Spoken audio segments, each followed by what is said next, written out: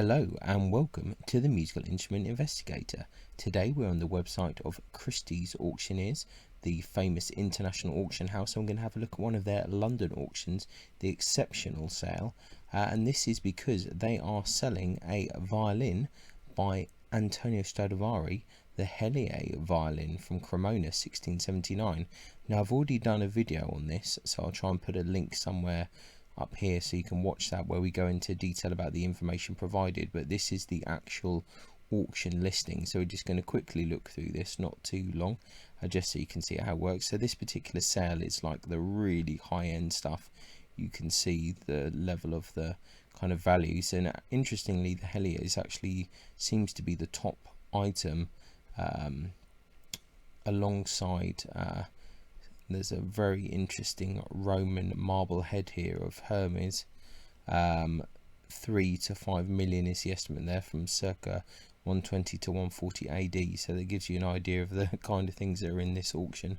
But obviously the thing that we are wanting to look at is lot number 40, which is the Hellier violin. So without further ado, let's have a look at this, because we'll get better pictures, I think, in this particular listing than we did before. So as I said, this is the Hellier violin by Antonio Stradivari, Cremona 1679. Estimate is 6 to 9 million. So this particular auction is due to be on the 7th of July 2022 in London. I believe that the premium for this, it does vary depending on how much it goes for, but I did a little bit of a cost calculator thing earlier and put in 10 million, and it seemed to kind of work out at roughly about 17% buyer's premium, so bear that in mind. But obviously if you're going to buy it anyway, you've obviously probably got quite a lot of money, so that probably doesn't really bother you. Same with kind of import export fees and kind of paying to have it shipped. You're probably completely fine with that if you've had the money to buy it in the first place. So here's a few images, nice close-up of the scroll. See that beautiful workmanship there. It's a picture of the back, it's kind of side profiles. A very, very beautiful violin. There's a label, you can see the nice purfling there.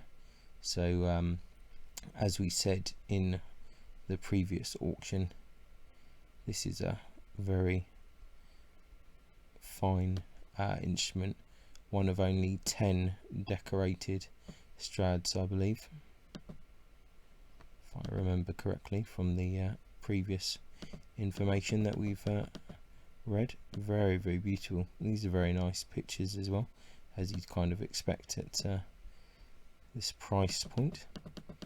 If you have a look, and how far can we zoom in, you see the quality of that workmanship is really fine. So yeah, very beautiful violin. We can have a quick read of the information that we have here and see if anything's interesting. So it's the Antonio Stradivari, the Hellier violin, Cremona 1679, bearing its original eternal label dated 1679.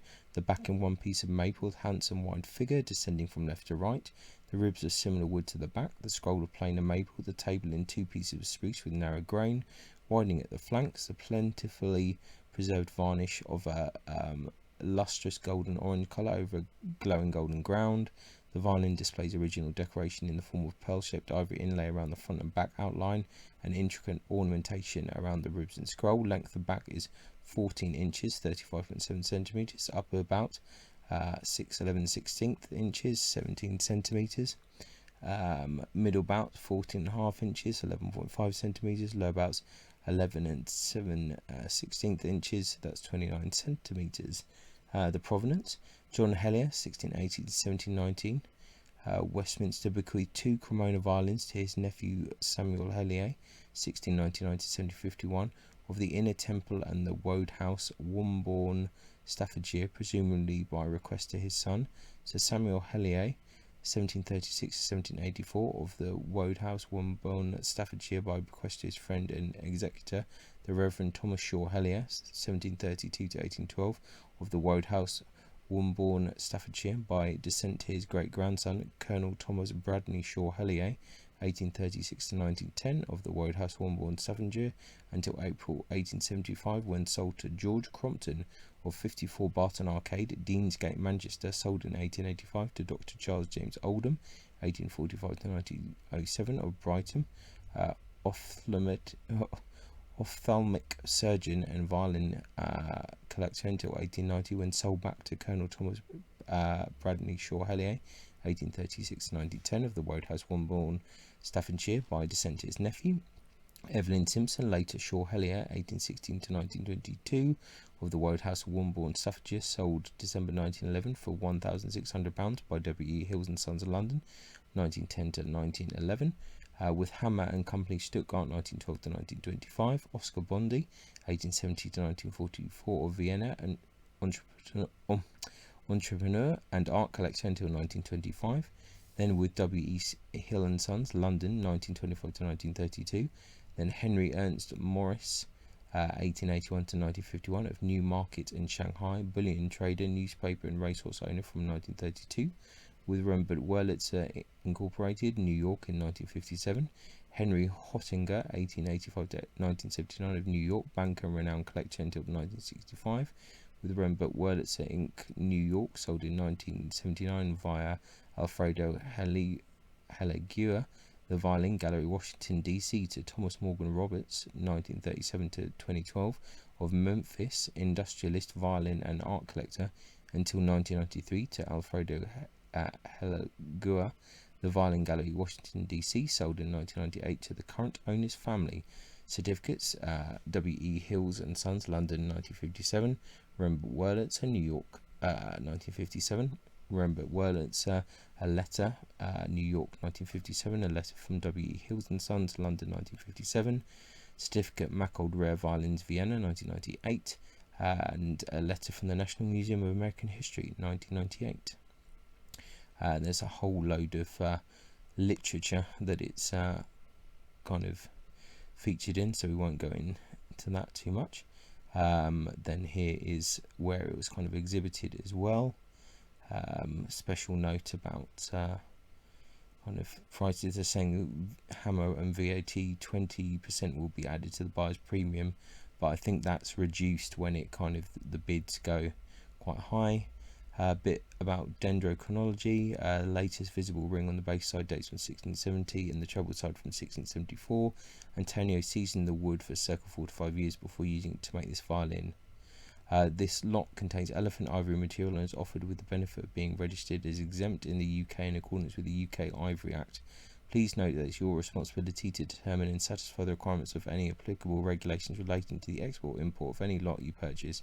Please also note that from 19th of January 2022, Christie's is unable to ship elephant ivory lots into the EU.